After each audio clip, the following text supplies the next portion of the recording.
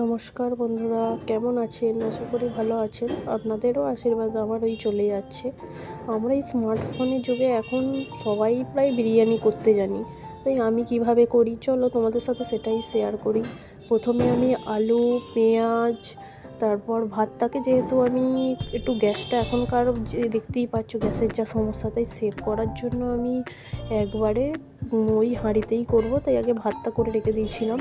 তারপর পেঁয়াজ কেটে নিয়েছিলাম, টমেটো, আদা, রসুন, তারপর বিরিয়ানি মশলা, এমনি শুকনো খোলা করে নেড়ে গুঁড়িয়ে নিয়েছিলাম, যা যা মানে লাগে করে আমি সব রেডি করে বসিয়ে দিয়েছিলাম। তারপর আবার মাজতে হবে নিজেকেই, তাই ওই জন্য আমি আর বেশি আর করিনি।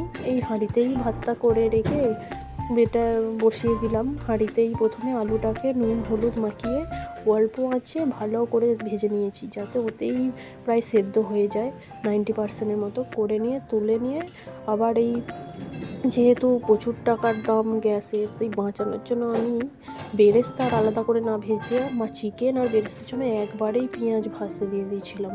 তাই ভেজে তারপর বেরেস্তার জন্য তুলে রেখে ওতেই আবার আদা, রসুন, জিরে গুঁড়ো, ধনে গুঁড়ো, টমেটো দিয়ে ভালো করে কষিয়ে ওর ওপর চিকেনটা দিয়ে ভালো করে কষিয়ে নিয়েছিলাম ঢাকা দিয়ে দিয়ে। এবার দেখবে জল ছেড়ে গেছে।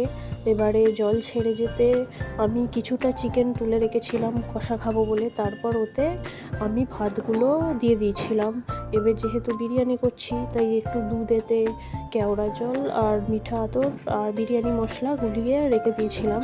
সেইটে ভাতগুলো দেওয়ার পর ওপরে সেই দুধের যে করেছিলাম আতর দিয়ে সেইটা ঢেলে দিলাম। তারপরে পুদিনা পাতা, ধনে পাতা, সেই বেরেস্তা, ঘি দিয়ে হিটে বসিয়ে দিয়েছিলাম। এবার যেহেতু একাকেই করতে হয় ভিডিও, তাই সেরমভাবে আর করতে পারিনি, যতটুকু করেছি দেখালাম। আবার তার সাথে একটু হিটে বসিয়ে দিয়ে একটু গ্রিন চাটনি করে নিলাম ব্যারাকপুর স্টাইলে, যেমন দাদা বৌদিতে তারপর ডিবাবিতে খেতে দেয়। ওই পুদিনা পাতা আরে দিয়েছিল যেহেতু করে নিলাম। তারপর দেখো খাওয়ার জন্য আর তর সইতে পারিনি, বসে পড়েছিলাম।